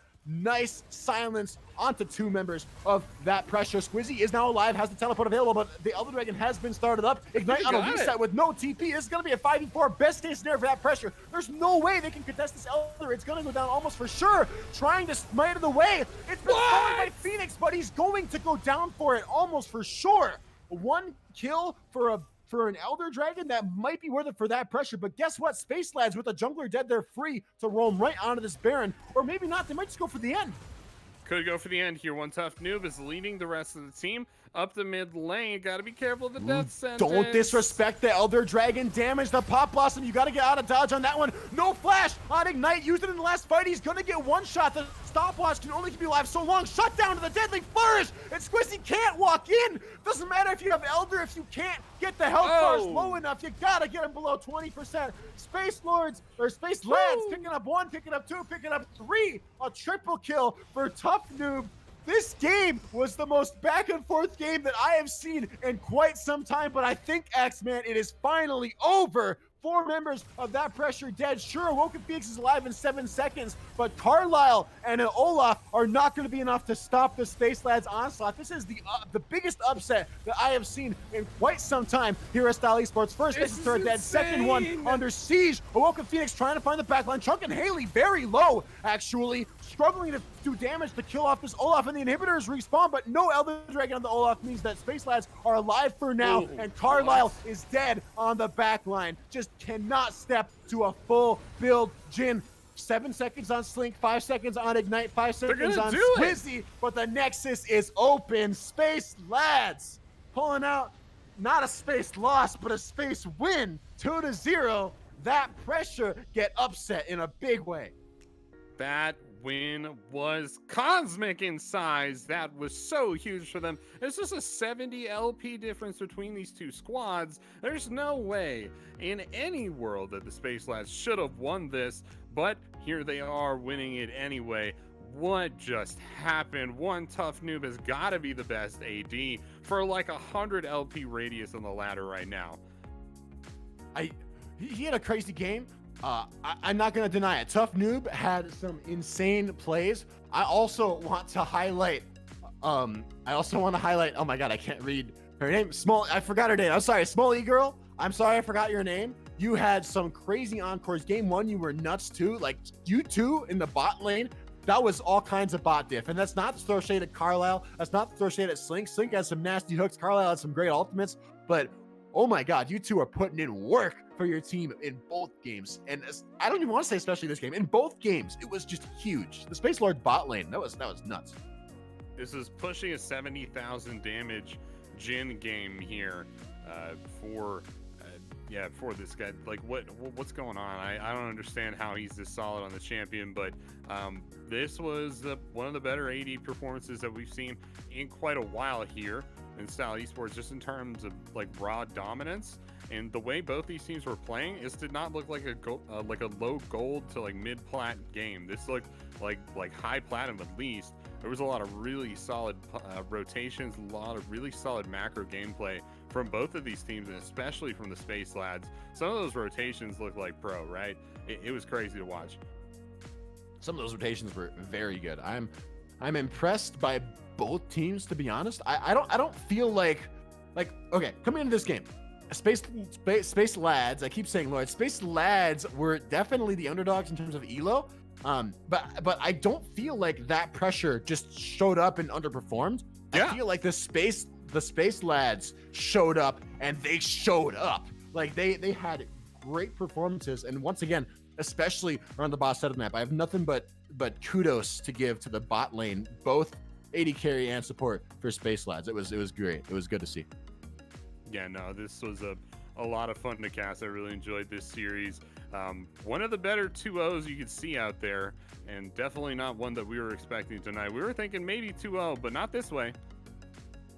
Well, I mean, you're right. I did think probably 2-0 in favor of that pressure, because when you just look at the ranks on these teams, keep it real, the ranks for that pressure are pretty much significantly higher almost across the board. Just the rating in Style Esports too, their performance thus far in Style Esports, 70 rank ladder difference between that pressure and Space Lads. I keep saying Lords. My writing, my notes, it almost looks like Lords. Kind of hard to read, but Space Lords works. That was I would be okay with calling them Space Lords after that. That was I good. think they have Chat to do likes Space it. Lords now. I think they've leveled up. I think they've evolved They've from leveled Space up. Lads. So yeah, now they're in the big leagues now. So congrats to the Space Lords on this victory. What a series to watch, man. That was insane. Like, I'm still reeling, man. Like, what some of those plays were just nuts. Like rotations around for the Rift Herald from the support. Just crazy plays. It with was one really noob. I don't want to take anything away from Haley and Deathboy and Groove Shark, but really like tough noob and small e-girl, insane, like great performances. Great, like I don't know what else to say. I know I said it like 3 times already, but both games I was super impressed by the bot lane. 100%, Okay, yeah. I should probably stop rambling. Is there anything else you want to say before I'll take us to sign off here? Long live the Space Lords. That's it. Long live the Space Lords. All right, you heard it from Axeman. This has been Axeman. I'm not Axeman. The other guy's Axeman. You know what? Axeman, sign yourself off. Go for it. And then I'll sign off. You do it, then I'll do it. How about that? Thanks so much for watching, guys. I appreciate having me on the Style Esports broadcast once again. This has been Axeman 87, and we'll see you next time. All right, that's Axeman signing off, and I have been your play-by-play caster. I'm Baymax, and I'm going to sign off as well. Have a fantastic night. Thank you, everyone, for showing up. It was a pretty great series. I didn't think it would go that way, but that was fun as heck to watch, and I hope everyone else feels the same way. I hope the players also feel the same, because, like I said, that pressure, I don't think you have to be embarrassed. I don't think that was a bad game from you guys, but Space Lads just showed up in a big way. So all the credit to Space Lads. Thanks to that pressure for playing it out. Thanks to our chat for watching us, and I will see you all in the next stream.